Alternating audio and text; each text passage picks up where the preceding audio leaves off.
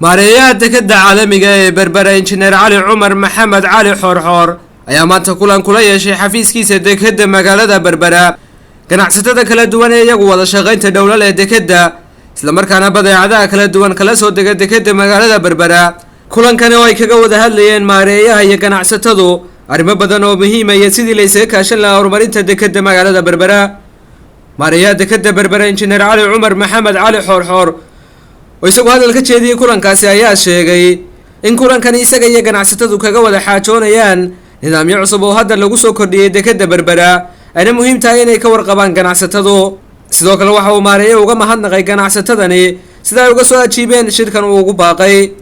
waxa aan ku soo kordhinay imika nidaamka dekedda waxaan ku soo kordhinay in badeecadaha habeenkii la raro badeecadaha baxaya ka baxaya dekedda in habeenkii iskumidka in habeenkii laga raro dekedda oo qofku la baxo taasi waxay ka baahan tahay dhinacayna inaad ka diyaar garowdaan waxa ka mid ah xeerada baabuurta la dhigaa halka limit way buuxiyaan waa afkay maraysa full baabuurtii nina ma doonayo inuu la baxo gaarigiisna meesha waa yaala in badeecadaas oo kale imka waxa badeecada soo degaysa baabuur tahay baabuurka wuxuu qaatay space balaaran